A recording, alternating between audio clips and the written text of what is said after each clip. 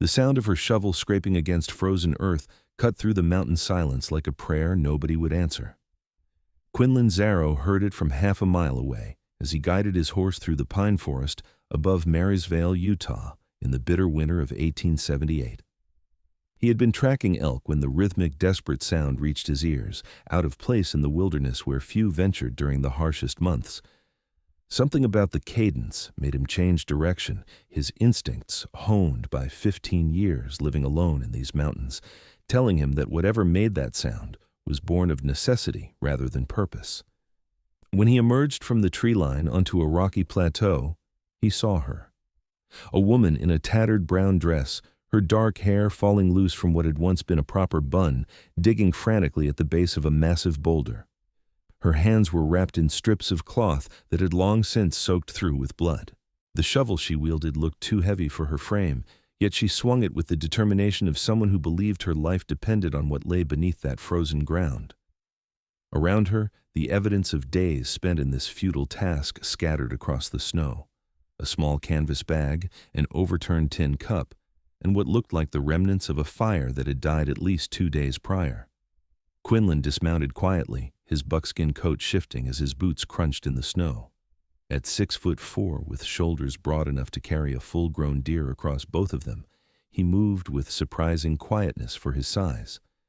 His dark hair fell past his collar, tied back with a leather cord, and his face bore the weathered lines of a man who had chosen solitude over society.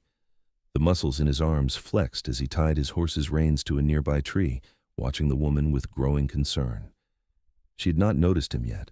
Her attention remained fixed on the ground before her, and now that he was closer, Quinlan could hear her muttering between labored breaths. "It has to be here. Father said it was here. 20 paces from the split rock," he said. 20 paces. Her voice cracked with exhaustion and something deeper, something that sounded like the edge of sanity wearing thin. "Madam," Quinlan called out, his voice deep but deliberately gentle. "Madam, you need to stop." She spun around so quickly she nearly fell, the shovel raised defensively. Her eyes were wide with fear and fatigue, rimmed with dark circles that spoke of sleepless nights. She was younger than he had first thought, perhaps 22 or 23, with delicate features now gaunt from hunger and exposure. Her lips were cracked and bleeding from the cold. "Stay back," she warned, though her voice trembled. "This is my claim, my father's claim. You cannot have it."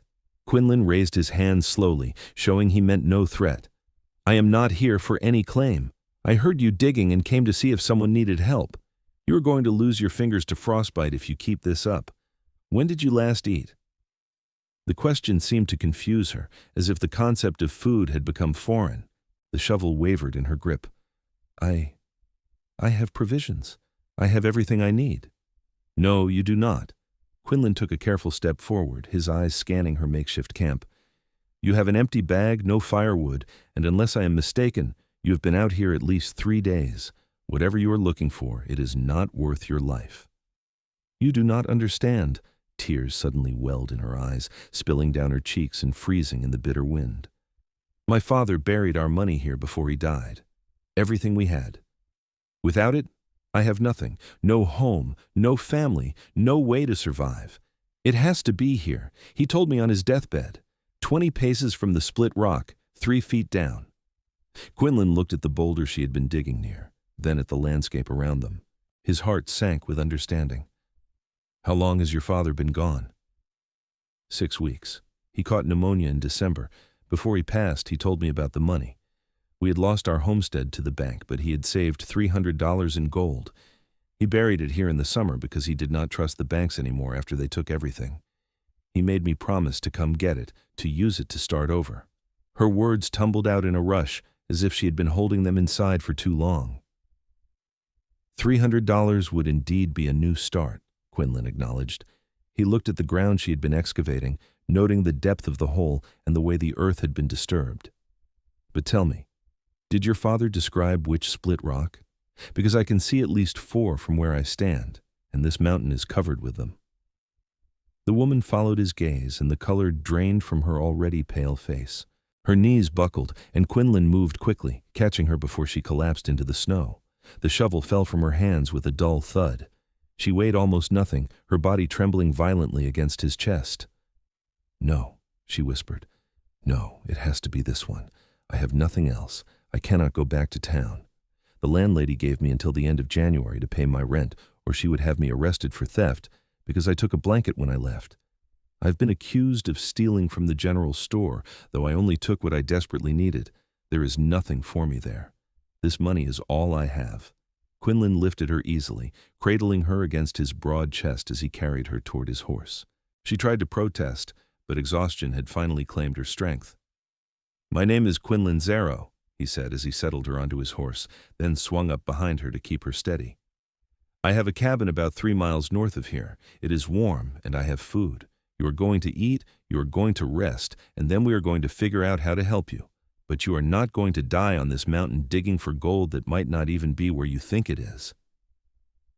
"I am Ophelia Kendrick," she murmured against his chest as he urged the horse forward, "and I am not a charity case. I do not need your pity." "Good, because I am not offering pity. I'm offering sense and maybe a hot meal." He felt her body relax slightly against his as they moved through the forest, though whether from acceptance or simple exhaustion, he could not tell. The ride to his cabin took nearly an hour in the snow, following paths only someone who knew these mountains intimately could navigate. Quinlan's cabin sat in a small clearing surrounded by towering pines, smoke rising from the chimney where he had banked the fire before leaving that morning. It was larger than most mountain dwellings, built from thick logs he had cut and hauled himself over the course of 3 years. The roof was solid, the windows properly fitted, and inside he had created something that was more home than mere shelter. He had come to these mountains after losing his wife and unborn child to fever in 1863, seeking isolation from a world that had taken everything he loved. 15 years of solitude had made him self-sufficient, but not, he discovered now, immune to the suffering of others. He carried Ophelia inside, laying her gently on the large bed in the corner before stoking the fire back to roaring life. She watched him with wary eyes as he moved efficiently around the cabin, filling a pot with water from a barrel, adding dried meat and vegetables from his stores, and hanging it over the fire to heat. His movements were practiced, economical, each action serving a clear purpose. "You live here alone?" Ophelia asked, her voice hoarse. "For 15 years, Quinlan confirmed, not elaborating. He brought her a cup of water, waiting while she drank it slowly. "When did you last sleep?" "I'm not sure. 2 days, perhaps. I was afraid if I slept, someone would find the gold before me, or that I would freeze without a proper fire. I ran out of matches." She looked at her hands, finally seeming to register the extent of the damage. The cloth wrappings were stiff with frozen blood, and her fingers had gone white in places. Quinlan knelt beside the bed, gently unwrapping her hands. The sight made his jaw tighten. Blisters had burst and bled. Dirt had worked its way into the wounds, and 2 of her fingers showed the early signs of frostbite. "This is going to hurt," he warned, before taking a clean cloth and warm water to begin cleaning the wounds. Ophelia bit her lip hard enough to draw blood, but did not cry out as he worked. Quinlan found himself admiring her fortitude, even as he cursed the desperation that had driven her to such extremes. Her hands were small in his large, calloused ones, and he took care to be as gentle as possible despite the thoroughness required. "Why did you help me?" she asked suddenly. "Most men would have taken advantage of a woman alone in the wilderness, or simply left me to my fate." Quinlan looked up, meeting her eyes. They were a striking shade of green, he noticed, like new growth in spring. "I may have removed myself from society, Miss Kendrick, but I did not remove myself from humanity. You needed help. I was there to provide it. It is as simple as that." "Nothing is ever simple," she countered, but there was no malice in her words, only a bone-deep weariness. He finished bandaging her hands with clean cloth, then checked her feet. She had worn through her boots, and her stockings were damp with melted snow. More gentle cleaning, more bandaging.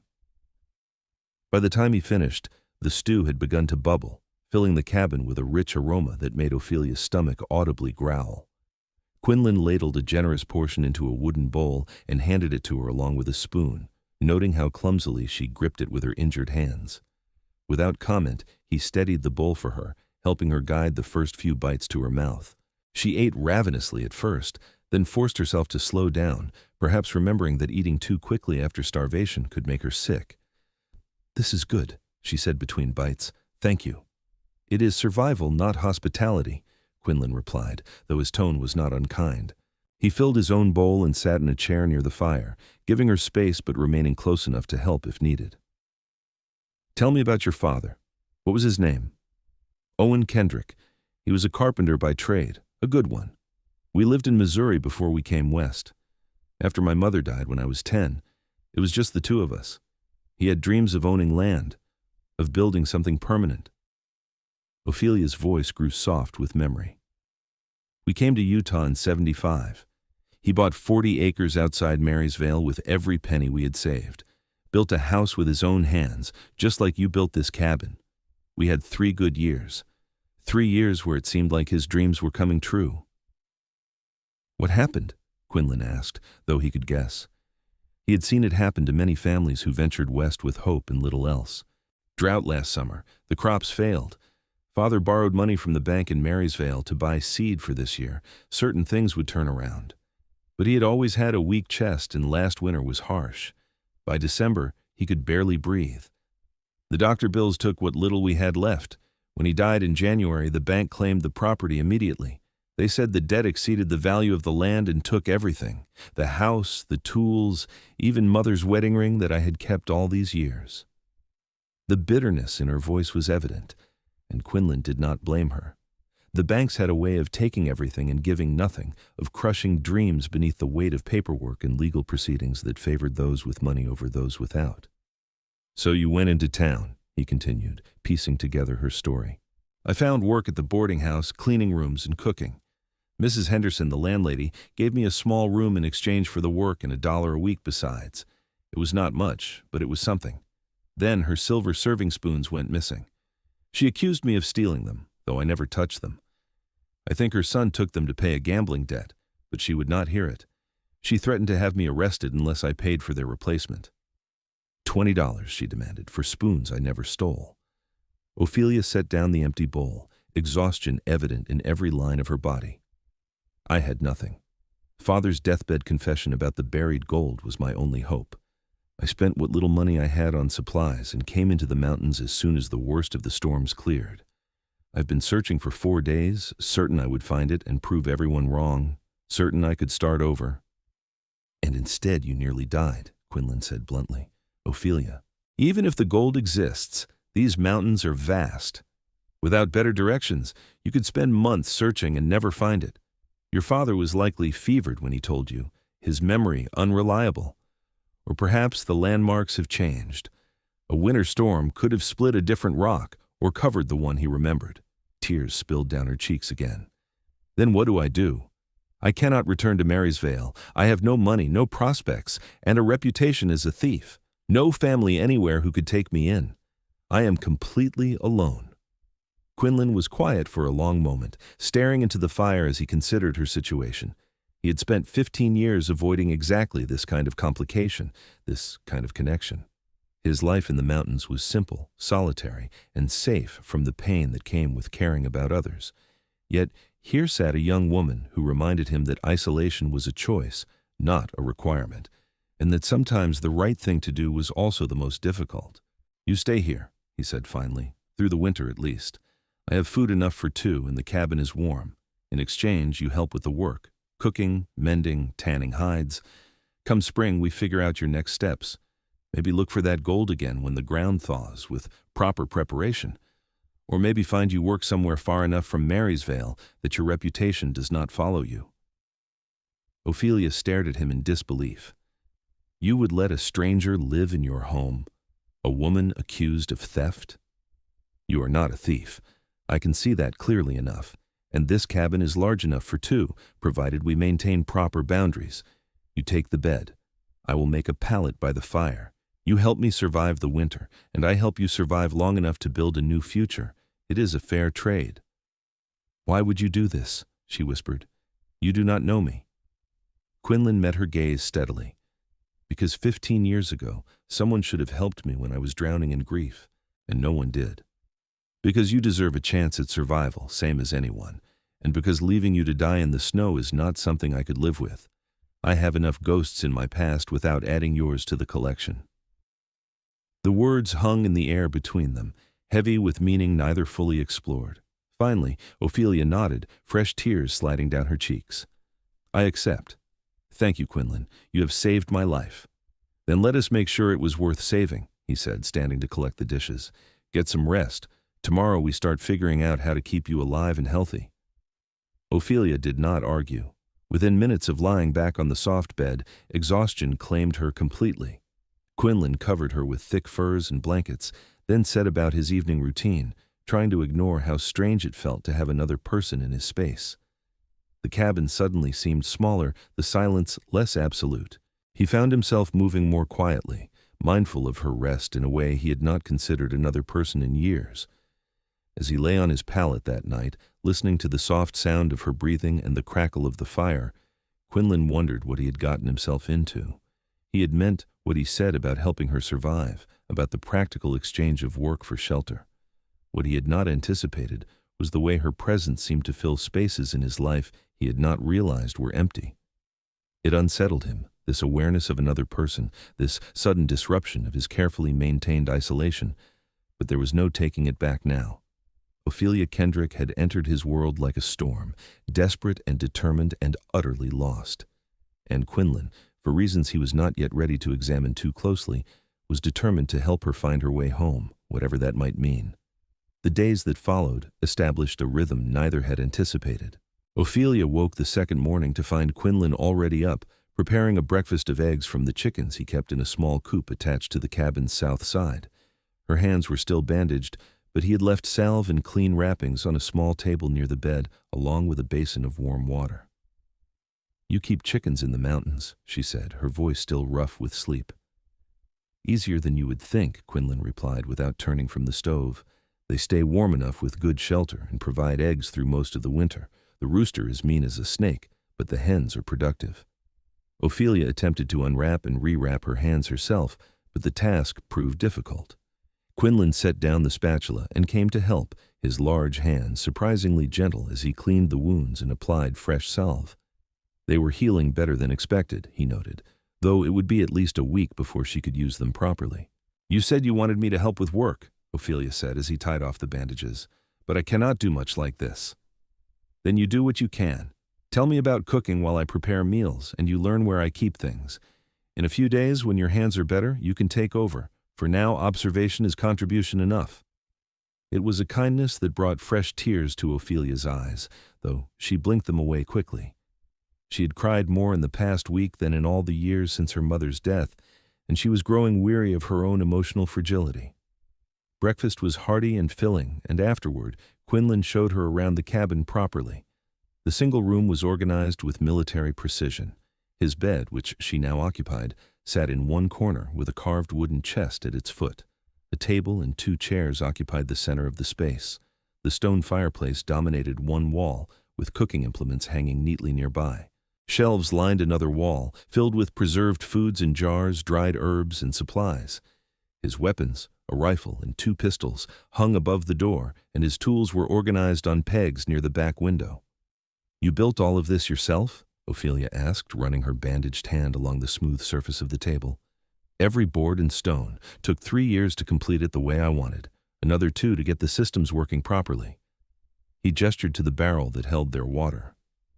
"There is a spring 50 yards north. I built a system of troughs that fills the barrel from outside, so I do not have to haul water in winter. The smokehouse is out back, and the root cellar is accessible through the trap door there."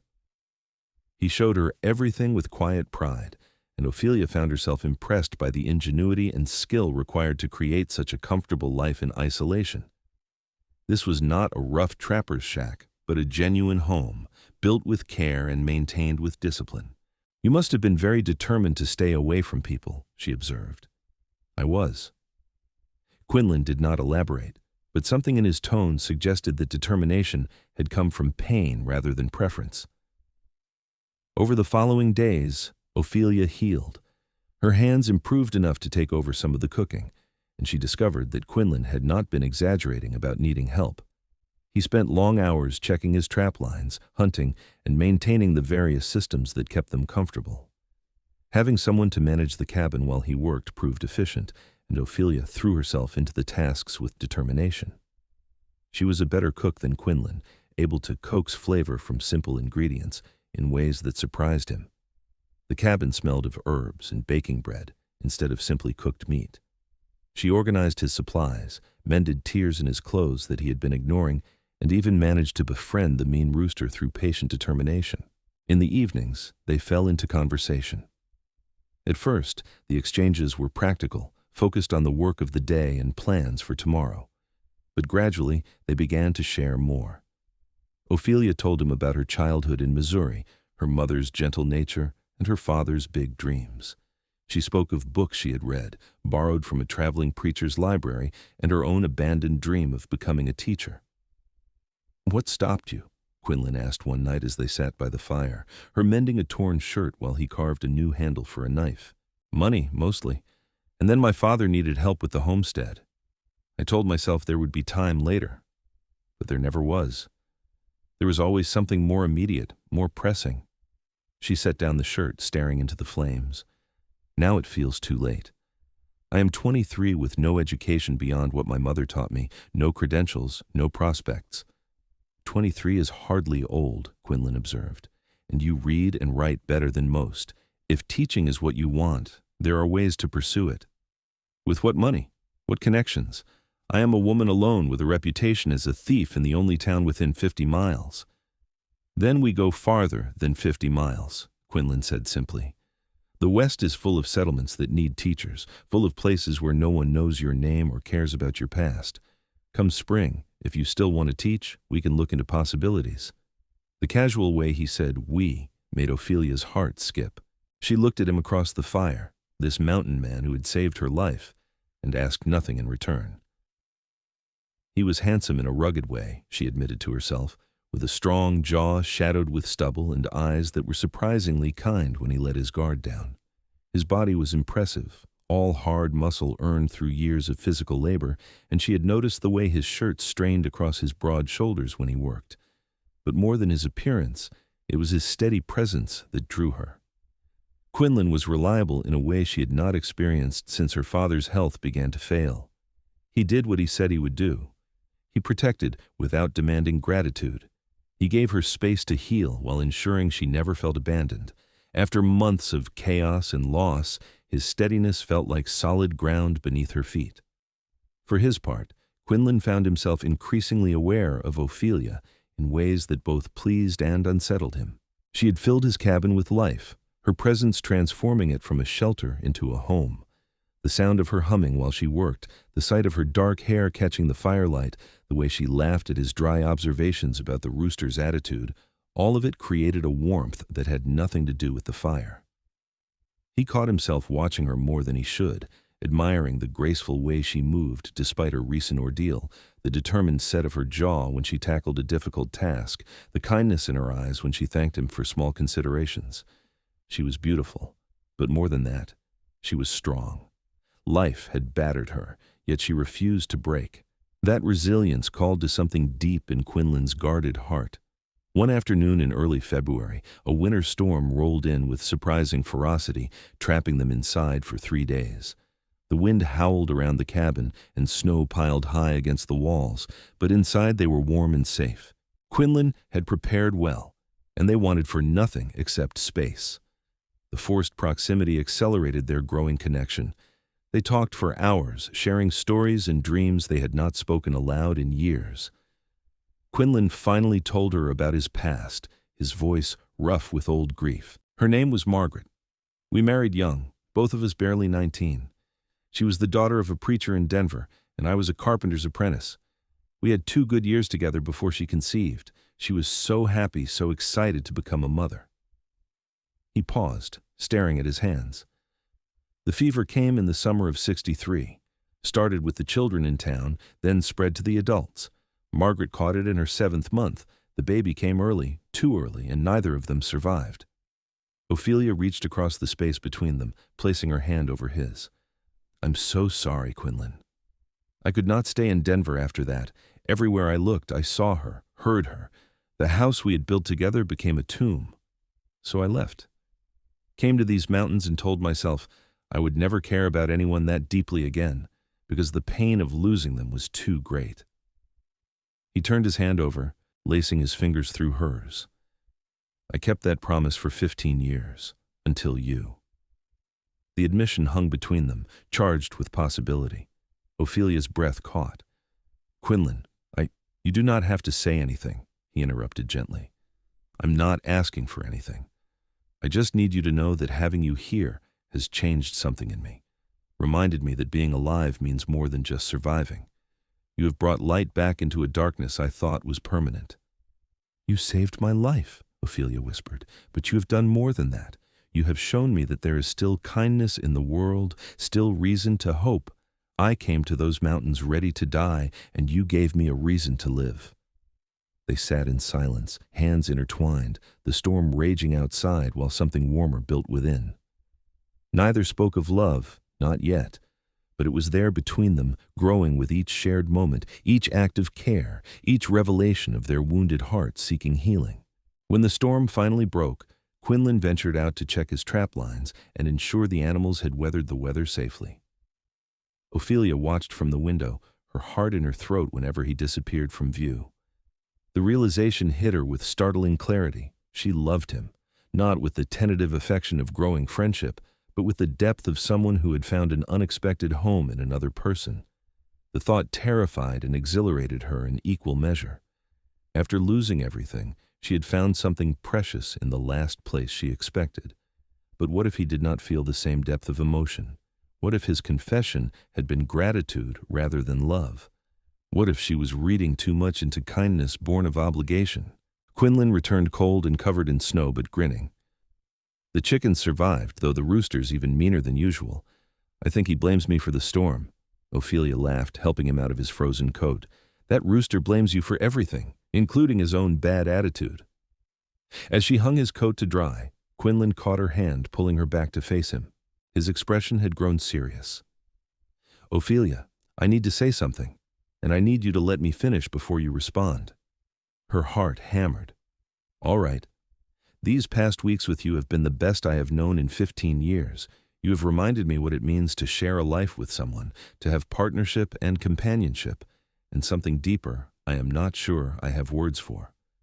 I know we come from different circumstances, and I know I am asking a lot, but I need you to know that I want you to stay. Not just through the winter, not as an arrangement of convenience, but permanently. If you will have me, I want to build a life with you here. Quinlan, Ophelia started, but he gently touched her lips with his finger.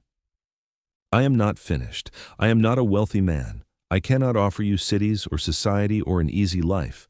What I can offer is safety, loyalty, and a home where you will always be valued. I can offer you my strength to lean on when you need it, and my support for whatever dreams you want to chase. Most importantly, I can offer you my heart, which I thought had died with Margaret but apparently was only sleeping, waiting for you to wake it up. Tears streamed down Ophelia's face, but she was smiling. May I speak now? Please. Yes. Yes to all of it. I love you, Quinlan Zarrow. I did not come to these mountains looking for love, but I found it anyway.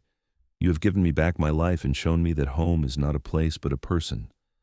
I want to stay with you, to build a life here, to be your partner in all things.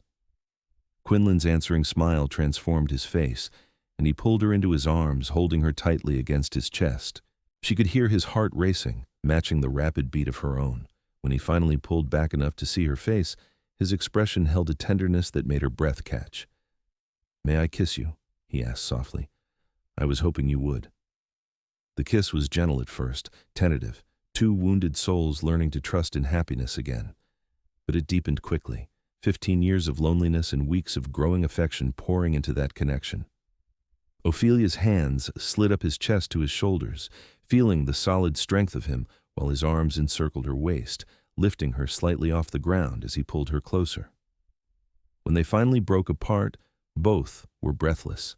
Quinlan rested his forehead against hers. I want to do this properly. When the weather clears enough for travel, we will go to Marysvale and find a preacher. I want you as my wife, Ophelia, legally and completely. What about my reputation, the accusations? Then we face them together. You are no thief, and anyone who says otherwise will deal with me. Besides, as my wife, you take my name. Ophelia Zarrow has no past to run from. The idea of marriage, of truly belonging somewhere and to someone, filled Ophelia with a joy she had thought lost forever. Then yes, I will marry you, as soon as we can manage it. They spent the rest of that day and the days that followed planning their future. Quinlan wanted to add a room to the cabin, a place where Ophelia could have her own space, perhaps store books if she pursued teaching. Ophelia suggested improvements to the root cellar and ideas for a larger garden come spring. They talked about possibilities, about dreams that had seemed dead suddenly becoming achievable. In mid-February, during a break in the weather, they made the journey to Marysvale. Ophelia was nervous about returning, but Quinlan's presence beside her on the wagon bench gave her courage. He had dressed in his best clothes, which still marked him clearly as a mountain man but showed respect for the town and their errand. Their first stop was the boarding house. Mrs. Henderson answered the door, her eyes widening in surprise and then narrowing in anger when she saw Ophelia. "You have some nerve showing your face here after stealing from me." "She stole nothing," Quinlan said before Ophelia could respond. His voice was calm but held an edge of steel. "But we are here to resolve any debts, real or imagined. How much for the blanket she took and these spoons you claim went missing?" $25, Mrs. Henderson said quickly, clearly trying to take advantage. Quinlan pulled a pouch from his coat and counted out the money. "There, debt settled. Now you will spread the word that Ophelia Kendrick is not a thief and never was. If I hear otherwise, I will return, and we will have a different conversation about bearing false witness." Mrs. Henderson's face flushed, but she took the money quickly. "Fine. Consider the matter closed." Their next stop was the general store, where a similar exchange occurred. Quinlan paid for the items Ophelia had taken in her desperation, adding an extra $1 for the trouble. The shopkeeper, perhaps sensing that arguing with the imposing mountain man would be unwise, accepted the money and agreed that Ophelia's slate was clean. Finally, they went to the small church at the end of town. Reverend Mitchell was a kind-faced man in his 50s who listened to their request with a gentle smile. "I would be honored to perform your marriage," he said. "Do you have witnesses?"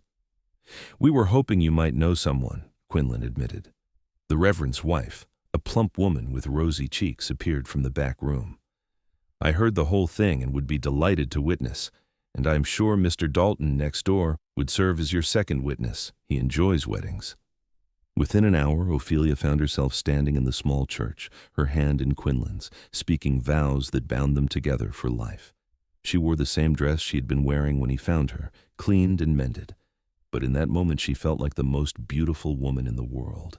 Quinlan's eyes never left her face as he promised to love, honor, and cherish her, his deep voice steady and sure. When the Reverend pronounced them married, Quinlan kissed her tenderly, mindful of their audience but unable to completely hide the depth of his feeling. Ophelia felt tears of joy sliding down her cheeks as she realized she was no longer alone. She had a husband, a partner, a home. They spent their wedding night at the boarding house, despite Ophelia's reluctance to give Mrs. Henderson any more money. Quinlan insisted, saying his wife deserved a proper wedding night in a real bed instead of rushing back to the cabin. The room was small but clean, and for the first time, they came together as husband and wife. Quinlan was gentle and patient, mindful that this was new for Ophelia. He took his time, learning what brought her pleasure, showing her with actions what words could not fully express. The strength of his body, which could fell trees and carry full-grown deer, was tempered with a tenderness that made Ophelia feel cherished and safe. They made love slowly, discovering each other, sealing their vows with an intimacy that transcended the physical. Afterward, Ophelia lay wrapped in Quinlan's arms, her head resting on his broad chest, listening to the steady beat of his heart. "I never imagined I could be this happy," she whispered. "A month ago I was ready to die in the snow, and now I have everything I could want." Quinlan kissed the top of her head. "You are everything I did not know I needed. I thought my life was complete in its solitude, but you showed me I was only existing, not living. You are my second chance at happiness, Ophelia, and I promise I will spend the rest of my life making sure you never regret choosing me." "I could never regret this," she said, tilting her head to kiss him. "You are my home, Quinlan. Not the cabin, not the mountains, but you. Wherever you are, that is where I belong." They returned to the cabin the next day, as husband and wife, and life settled into a new rhythm. The work remained the same, but now they did it as partners in every sense. Ophelia took pride in their home, adding small touches that made it warmer and more welcoming. Quinlan began teaching her about the mountains, showing her how to read the weather, track animals, and identify useful plants. Spring came early that year, melting the snow and revealing the mountain in all its green glory. Quinlan helped Ophelia plant a large garden, using seeds he had been saving and others they purchased on a trip to town. They worked side by side in the rich soil, planning what they would preserve for next winter, dreaming about the future. One afternoon in April, as they took a break from planting, Ophelia brought up something that had been on her mind. "I have been thinking about the gold my father supposedly buried." Quinlan looked at her carefully. "Do you want to look for it again?" "I want to try, but differently this time, with proper planning, better directions. I've been remembering what my father said more carefully, and I think he mentioned the split rock was near a creek that ran north-south. The rock where you found me was nowhere near running water." "There are several creeks in these mountains," Quinlan said thoughtfully, "and the snowmelt is making them all run high right now. If we are going to search, now is actually a good time. The water would be obvious, and the ground is soft enough to dig." Over the next week, they explored the mountains together, looking for split rocks near north-south running creeks. It was exhausting work, but Ophelia found she did not mind. The treasure hunt was no longer born of desperation, but of curiosity, a mystery she wanted to solve but no longer needed to solve. Her life did not depend on finding that gold, because she had already found something more valuable. On their fourth day of searching, they found it. A massive boulder, split cleanly down the middle, sat beside a cheerfully babbling creek that flowed almost perfectly north-south. Ophelia stood staring at it, her heart racing. This is it. This has to be it. Quinlan measured 20 paces from the rock, marking the spot. Only one way to know for sure. They dug together, and this time the work was different. Ophelia's hands were healed and strong again, and Quinlan's strength made the digging go quickly. 3 feet down, his shovel struck something solid with a metallic clunk. Ophelia gasped, dropping to her knees to brush away dirt with her hands. A metal box emerged, roughly the size of a large book and sealed with wax around the edges. With trembling hands, she pried it open. Gold coins gleamed in the afternoon sun, exactly $300 worth as her father had promised. But more than the money, the box also contained a folded letter. Ophelia opened it carefully, recognizing her father's handwriting immediately. "My dearest Ophelia," she read aloud, her voice shaking. "If you are reading this, then I have passed and you have found this cache. I am sorry I could not be clearer in my directions at the end. The fever made thinking difficult. But I knew you were smart enough to figure it out if you survived long enough to try. This money is your fresh start, my darling girl. Use it to build a life that makes you happy. Do not mourn me over long.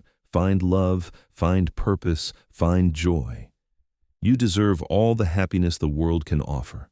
Your mother and I loved you beyond measure, and I go to my grave knowing you have the strength to build a beautiful life. With all my love, your father, Owen." Tears streamed down Ophelia's face as she clutched the letter to her chest. Quinlan wrapped his arms around her, holding her while she cried for the father she had lost and the love that had transcended death to reach her. "He would be so proud of you," Quinlan said softly. "You survived, and you found not just this gold, but a life worth living." "I wish he could have met you," Ophelia whispered. "He would have liked you, would have appreciated that you are strong enough to protect me, but wise enough to let me be strong too." They reburied the empty box and carried the gold back to the cabin, where they counted it carefully. $300 was a substantial sum, enough to make significant improvements to their life. They discussed options long into the night. "We could add that room to the cabin," Quinlan suggested. "Maybe build a proper barn for livestock. A cow would be useful, and I've been thinking about getting a few pigs. Or we could use it to help others," Ophelia said slowly. "I keep thinking about how desperate I was, how close I came to dying. There must be other women, other families, in similar situations. What if we used this money to help them?" Quinlan looked at his wife with growing admiration. "What do you have in mind?" I'm not entirely sure yet. But maybe we could start by talking to Reverend Mitchell, see if he knows of families in need. We do not have to give it all away, but some of it could go toward helping people who are where I was just a few months ago. They eventually decided on a compromise. $100 would go toward improvements to their homestead, making it more sustainable and comfortable. $100 would be saved for emergencies or future needs, and $100 would be used to help others in need through the church. The trip to town to deliver the donation brought them face to face with the community in a new way. Reverend Mitchell was overwhelmed by their generosity, and word spread quickly about the mountain man and his wife who had donated such a significant sum to help struggling families. The same people who had looked at Ophelia with suspicion just months before now regarded her with respect and gratitude. Over the following months, Quinlan and Ophelia built their life together with intention and care. They added a room to the cabin that served as both Ophelia's private space and a library, slowly filling it with books purchased from a catalog. Quinlan built a barn and purchased a milk cow and 2 pigs. The garden flourished under Ophelia's care, providing more than enough for their needs. But more than the physical improvements, it was their relationship that truly flourished. They learned each other's rhythms and moods, developed private jokes and shared rituals, grew together in ways that made them stronger as a unit while maintaining their individual identities.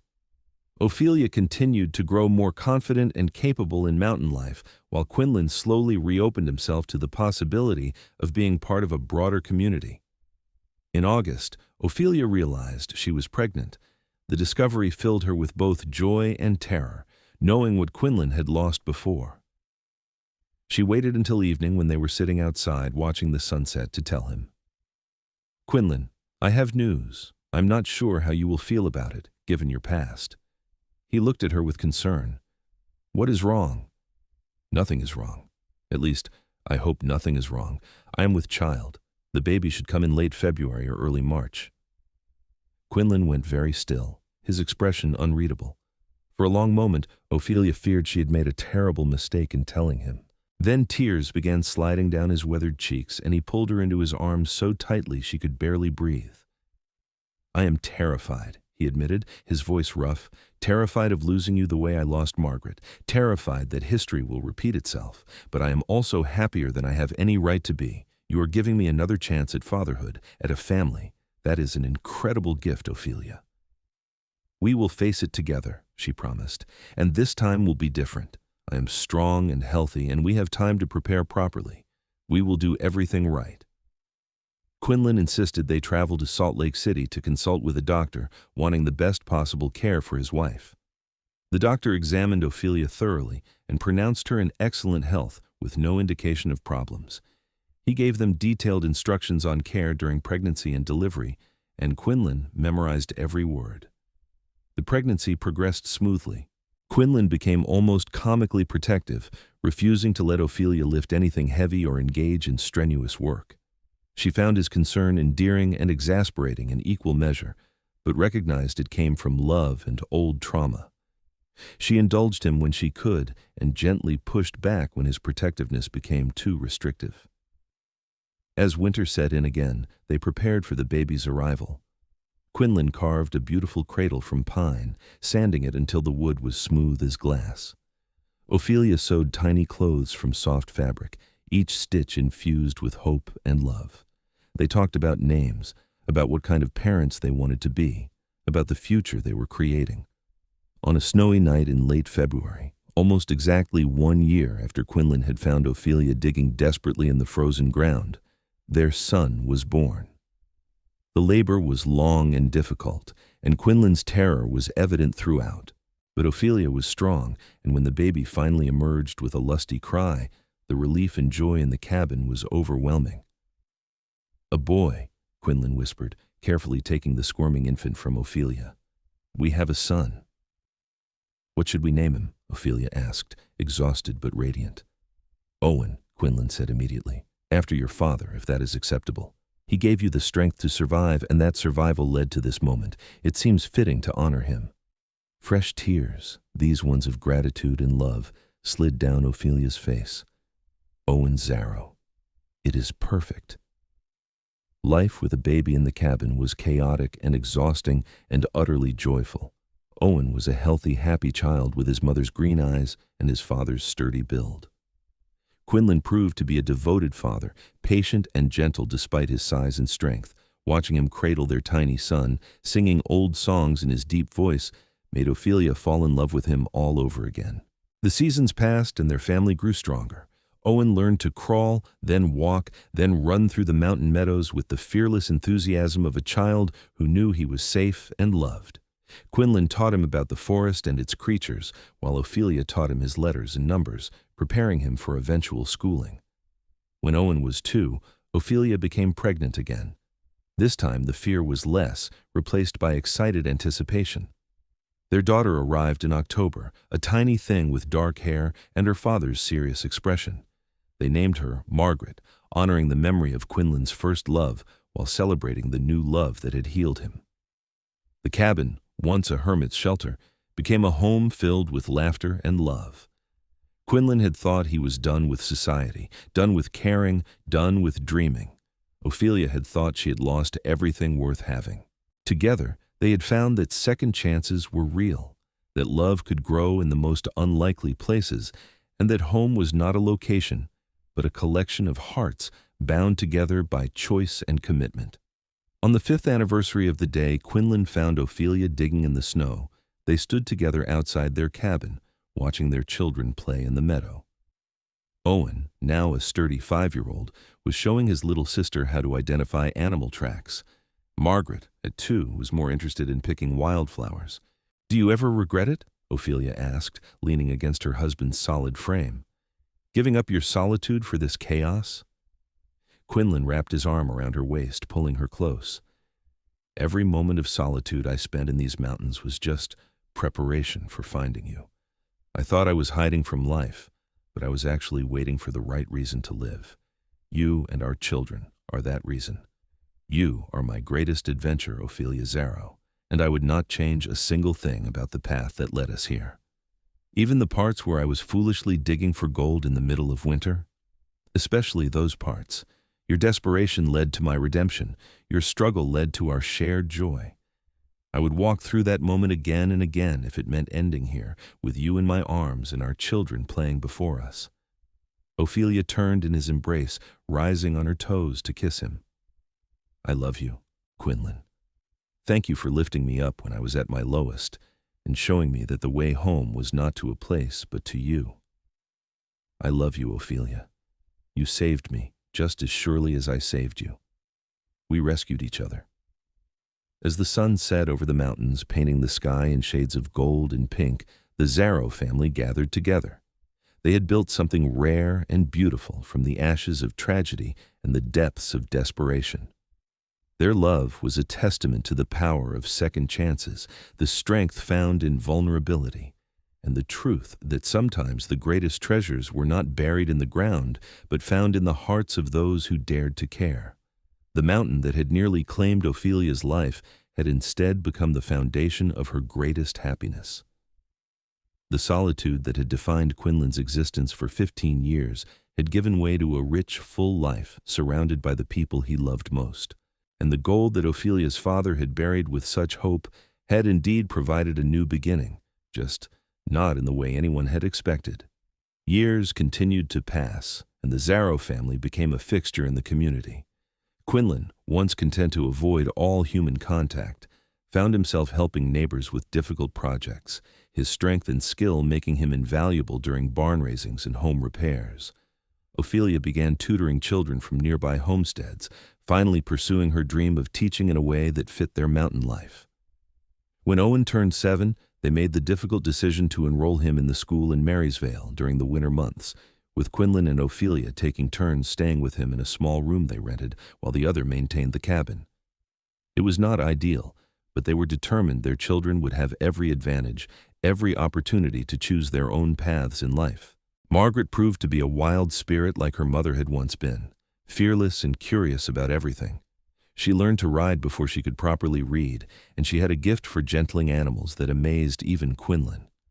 She would grow up to have her father's strength and her mother's determination, a force of nature in her own right. On a summer evening, when Owen was 10 and Margaret was 7, the family gathered around the dinner table for a meal. A knock at the door interrupted the laughter and conversation. Quinlan answered to find Reverend Mitchell standing outside, a serious expression on his weathered face. "Quinlan, Ophelia, I hope I am not intruding, but I have news I thought you should hear directly from me." He entered at their invitation, accepting a cup of coffee before continuing. Mrs. Henderson, the boarding house owner, passed away last week. In settling her estate, her family found the silver spoons she had accused Ophelia of stealing. They were in her son's room, pawned and later recovered by Mrs. Henderson herself. She never admitted to finding them, because she had already spent the money Quinlan gave her as repayment. Ophelia closed her eyes, feeling vindication for a wrong she had long since moved past. "Why are you telling us this now?" "Because her family wanted to make restitution. They know their mother wronged you terribly, nearly destroyed your reputation. They asked if there was anything they could do to make amends." The Reverend pulled an envelope from his coat. "This is $100, returned with their deepest apologies. They hope you can forgive their mother's sin." Quinlan and Ophelia exchanged glances, communicating silently as couples long married often could. "Tell them we forgive her," Ophelia said finally, "and we would like to donate that money to the school in Marysvale to ensure children like our Owen and Margaret have the best education possible." The Reverend smiled, unsurprised by their generosity. "I will convey your wishes. You are good people, both of you. The community is lucky to have you." After he left, Owen looked at his parents with confusion. "Why did you give the money away? We could have used it for so many things." Quinlan ruffled his son's hair affectionately. "Because, son, some things are more valuable than money. Your mother's reputation has been fully cleared, the truth has come to light, and we have the satisfaction of knowing we were right to trust in her innocence. That is worth far more than $100. And by giving it to the school, we ensure other children benefit from what could have been a bitter ending." "It is about living according to your values," Ophelia added. "We have enough. We have more than enough. When you have the choice between keeping something for yourself or using it to help others, choose generosity. That is how you build a life you can be proud of." The lesson stuck with both children, shaping the adults they would become. Owen grew into a man much like his father, strong and quiet, but fiercely protective of those he loved. He became a respected carpenter and builder, creating homes for families throughout Utah. Margaret surprised everyone by studying veterinary medicine, becoming one of the few female veterinarians in the Western Territories. Both children carried forward the values their parents had instilled: resilience, generosity, and the understanding that true wealth was measured in relationships rather than possessions. As Quinlan and Ophelia aged together, their love deepened in the way only time and shared experience can create. The passion of their early years matured into a profound partnership, a knowing of each other so complete that words often became unnecessary.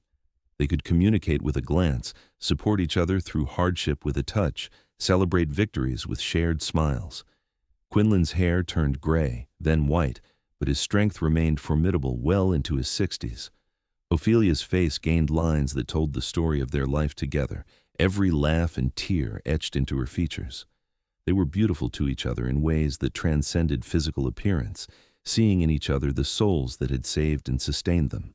On the 20th anniversary of their wedding, Quinlan surprised Ophelia with a trip back to the spot where he had first found her, digging in the snow. The plateau looked different now, peaceful rather than desperate. They stood hand in hand, remembering that desperate woman and the lonely man who had stumbled into each other's paths. "Do you remember what you were thinking when you saw me that day?" Ophelia asked. "I remember thinking you were either incredibly brave or incredibly foolish to be out here alone in winter. I remember feeling compelled to help in a way I had not felt in years. I remember seeing your determination and knowing somehow that you were going to change my life." Quinlan pulled her close. "What were you thinking when I appeared? I thought you might be a hallucination, honestly. Or an angel, maybe. I was so far gone I was not entirely sure what was real anymore. But when you picked me up, when I felt the solidness of you, the warmth, I remember thinking that maybe I was not supposed to die after all, that maybe there was still something for me in this world. There was me, And Quinlan said simply. And I had been waiting for you without knowing it. All those years alone were not wasted. They were preparation. I needed to learn to be self-sufficient so I could teach you. I needed to heal enough that I could help you heal. Everything happened exactly as it was supposed to. They built a small cairn of stones at the spot, marking it not as a place of desperation, but as the location where their story truly began. Where death had been denied and life had been chosen. Where two broken people had found each other and decided to become whole together. The years continued their steady march forward. Quinlan and Ophelia became grandparents, delighting in Owen's 3 children and Margaret's 2. The cabin that had once housed only one lonely man now overflowed with family during holidays and celebrations. Quinlan built additional structures on their property to accommodate visiting family, creating a compound that became the heart of their growing clan. They never left their mountain. Offers came over the years to move to town, to live closer to amenities and medical care as they aged, but Quinlan and Ophelia always refused. The mountain had brought them together. It had been witness to their love, their struggles, their triumphs. Leaving would have felt like abandoning a member of the family. When Quinlan was 72, his heart began to fail. The same strength that had carried him through 15 years of solitude and 25 years of marriage could not overcome the simple wearing out of flesh. Ophelia nursed him tenderly, and their children took turns staying at the cabin to help. But they all knew what was coming.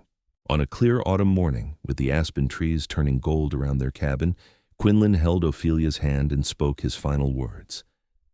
Thank you for finding me, even though I was the one who found you. Thank you for every day, every moment. You gave me a life beyond my wildest dreams. I love you, Ophelia whispered, tears streaming down her face. Wait for me on the other side. I will not be far behind. I will wait forever if I have to, but take your time. Enjoy our children and grandchildren. Live fully. That is all I have ever wanted for you. His eyes closed, his breathing eased, and he was gone. Ophelia lived another 7 years, filling them with purpose and love. She moved into town to be closer to her children, but returned to the cabin every summer, maintaining it exactly as Quinlan had left it. She wrote down their story, wanting future generations to understand the power of kindness, the possibility of second chances, and the truth that love could bloom in the most unexpected places. When she died peacefully in her sleep at 79, her children buried her next to Quinlan on the mountain they had both loved. The headstone was simple, but spoke volumes. Quinlan Zarrow, 1829–1901, Ophelia Kendrick Zarrow, 1855–1932. He lifted her up. She brought him home. Together, they built a life beyond measure. The Zarrow family continued to thrive, generation after generation carrying forward the legacy of resilience, generosity, and love that Quinlan and Ophelia had established. The cabin stood for another 50 years before eventually succumbing to weather and time, but by then it had served its purpose. It had sheltered a lonely man seeking peace, saved a desperate woman seeking hope, and provided a foundation for a family that would span generations.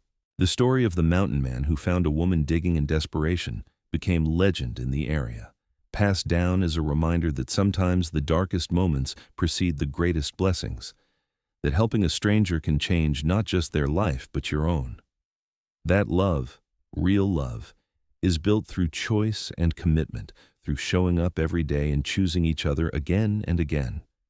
And on quiet nights, when the wind blew through the pines above Marysvale, some swore they could hear the echoes of laughter from the old Zarrow place, the sound of children playing, and a couple who had defied desperation to build something beautiful and lasting. A testament to the truth that home is not where you start or where you end, but where you are loved and where you choose to love in return.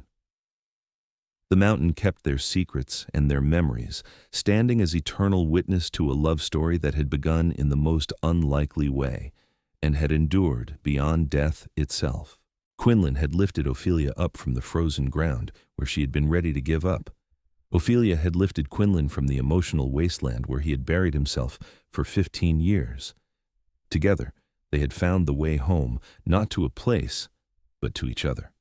And in doing so, they had created something that would outlast them both, a family built on a foundation of love, resilience, and the unshakable belief that everyone deserves a second chance at happiness.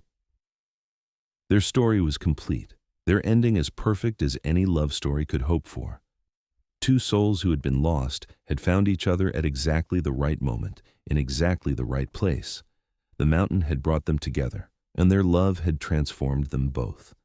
It was a happily ever after earned through struggle and sacrifice, built on a foundation of mutual respect and deepening affection, and sustained through decades of choosing each other every single day.